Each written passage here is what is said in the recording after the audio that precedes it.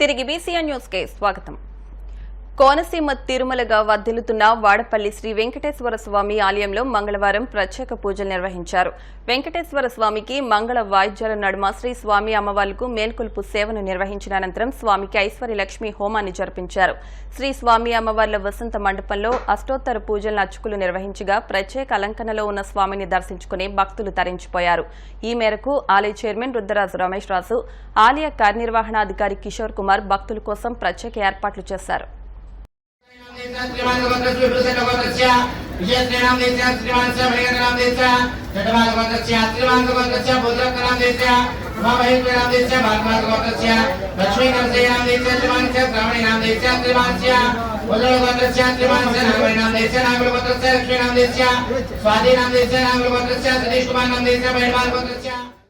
మాజీ మంత్రి YCP senior నేత జోగి రమేష్ ఇంట్లో ఏసీపీ సోదాలు చేస్తోంది.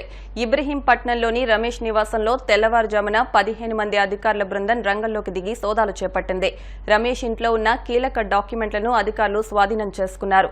అగ్రిగోల్డ్ భూముల విషయంలో జోగి రమేష్ పై ఆరోపణలు వచ్చిన విషయం తెలిసిందే. చాలా మంది బాధితులు ఆయనపై ప్రభుత్వానికి ఫిర్యాదు చేశారు.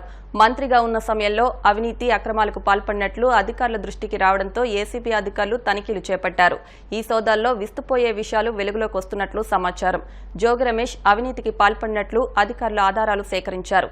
ప్రధానంగా ఇసుకతో పాటు పలు భూ అక్రమాలకు పాల్పడినట్లు గుర్తించారు.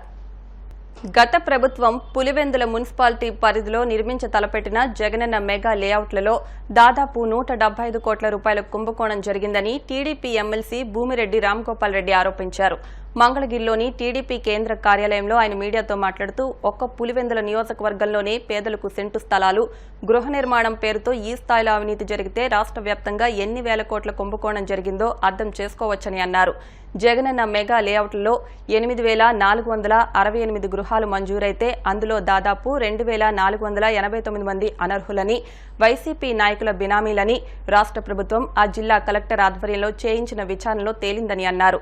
ఇళ్ల స్థలాలు పొందిన వారిలో పెద్ద పెద్ద భవంతులు ఉన్నవారు, కోటీశ్వర్లు 732 మంది ఉన్నారని, రాజీవ్ గాంధీ కాలనీలో 75 ఇళ్లు మంజూరు చేస్తే 17 మంది అనర్హులని అన్నారు. రాష్ట్రంలో అవినీతి జరుగుతూ ఉన్నాయి, అక్రమాలు జరుగుతాయని చెప్పి మాట్లాడుతున్నాడు. ఈ సందర్భంగా జగన్మోహన్ రెడ్డి గారిని నేను సూటిగా ప్రశ్నిస్తూ ఉన్నా. రాష్ట్రంలో అవినీతి అక్రమాల సంగతి దేవుడెరుగు. మీరు ముఖ్యమంత్రిగా ఉన్నప్పుడు మన పులివెందుల నియోజకవర్గంలో జరిగిన అక్రమాలు అన్యాయాలపైన మీరు విచారణకు సిద్ధమా అని నేను జగన్మోహన్ రెడ్డి గారిని ప్రశ్నిస్తూ ఉన్నా. రాష్ట్రంలో లక్షలాది గృహాలను నిర్మించామని చెప్తున్న జగన్మోహన్ రెడ్డి గారు పులివెందుల నియోజకవర్గంలో జరిగిన గృహ నిర్మాణంలో జరిగిన అవకతవకలపైన మీరు చర్చకు విచారణకు సిద్ధమని ప్రశ్నిస్తూ ఉన్నా. పులివెందుల నియోజకవర్గం అంతా కాదు, పులివెందుల మున్సిపాలిటీ పరిధిలో మీరు నిర్మించ తలపెట్టిన జగనన్న మెగా లేఅవుట్లో జరిగిన అక్రమాలపైన మనిద్దరం ఎక్కడైనా కూడా పులివెందులలో అయినా సరే లేకపోతే తాడేపల్లిలో అయినా సరే ఎక్కడైనా సరే చర్చకు మనిద్దరం కూడా కూర్చొని మాట్లాడుకుందామని డిమాండ్ చేస్తూ ఉన్నా, సవాల్ చేస్తూ ఉన్నా.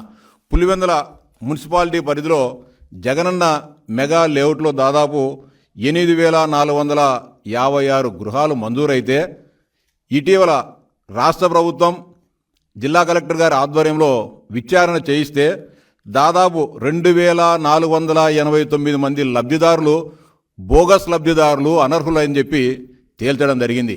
అంటే దాదాపు 175 కోట్ల రూపాయల స్కామ్ ఒక్క పులివెందుల మున్సిపాలిటీలో గృహ నిర్మాణ కాలనీలో జరిగిందంటే ఇక రాష్ట్ర వ్యాప్తంగా మిగిలిన 174 నియోజకవర్గాలలో ఎన్ని వేల కోట్ల రూపాయల స్కామ్ జరిగిందో ఒకసారి ఆలోచించాలని చెప్పి ఈ రాష్ట్ర ప్రజానీకానికి విజ్ఞప్తి చేస్తా ఉన్నా.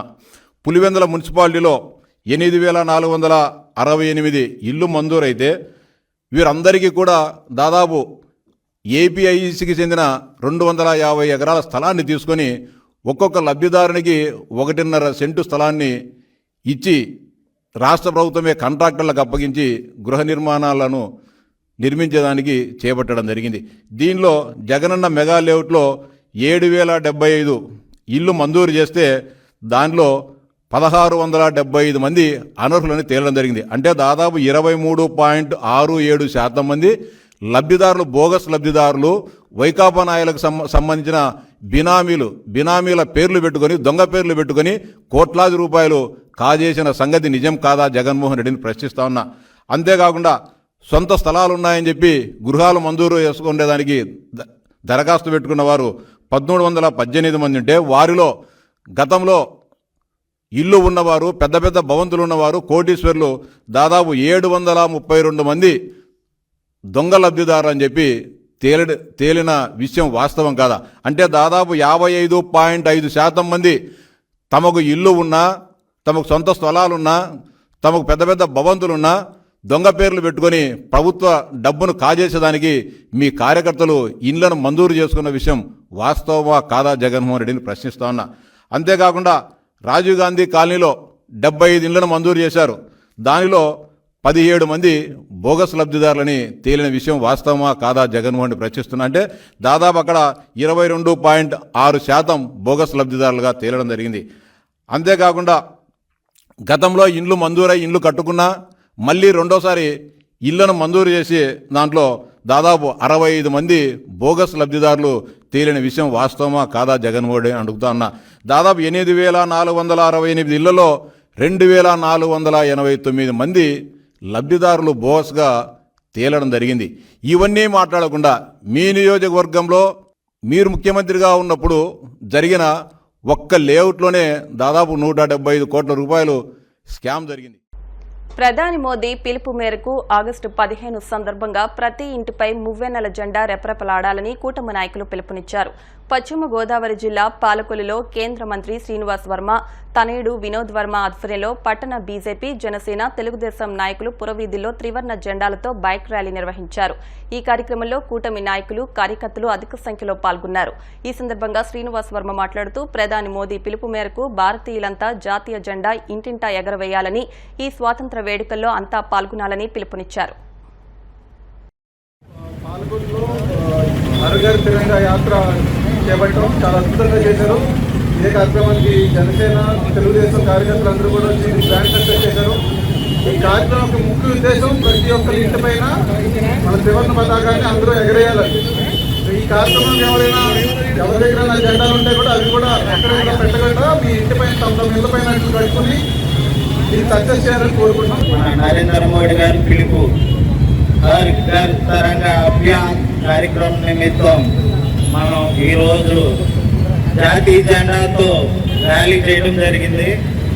దానికి ముఖ్య అతిథిగా విచ్చేసినట్టు భారతీయ జనతా యువ మోర్చా పశ్చిమ గోదావరి జిల్లా అధ్యక్షులు అయినటువంటి వినోద్ వర్మ గారికి ప్రత్యేక ధన్యవాదాలండి. మీ ఇంత టైం కేటాయించి మాకు ఇంత సమయం ఇచ్చినందుకు. అలాగే నేను ఈ కార్యక్రమం ఉద్దేశం ఏంటంటే మోడీ గారు మనందరి మనసుల్లో మన యొక్క దేశభక్తి భావం నింపడం కోసమే ఈ యొక్క ప్రయత్నం. వార్తలు ముగించే ముందు ముఖ్యాంశాలు మరొకసారి. గోదావరి, కృష్ణా సంగమ ప్రాంతం ఇబ్రహీంపట్నంలో కృష్ణమ్మకు హారతి, ఏర్పాట్లపై మంత్రి బృందంతో చర్చించిన ఆనం. రాష్ట్రంలో కొత్తగా 10,000 రేషన్ షాపులను ప్రారంభిస్తామన్న మంత్రి నాదెండ్ల, త్వరలో చర్యలు చేపట్టనున్నట్టు స్పష్టం. విశాఖ స్థానిక సంస్థల వైసీపీ ఎమ్మెల్సీ అభ్యర్థిగా బొత్స సత్యనారాయణ నామినేషన్, ఎన్నికల్లో మెజార్టీ మాకే ఉందంటూ ధీమా. మాజీ మంత్రి జోగి రమేష్ ఇంట్లో ఏసీబీ సోదాలు, అవినీతి అక్రమాలపై అందిన ఫిర్యాదు మేరకు కొనసాగుతున్న తనిఖీలు. ఈ వార్తలు ఇంతటితో సమాప్తం. మరిన్ని వార్తల కోసం BCN digital YouTube channel, Facebook పేజ్ను ఫాలో అవ్వండి. అప్డేట్ వార్తల కోసం ప్లీజ్ సబ్స్క్రైబ్.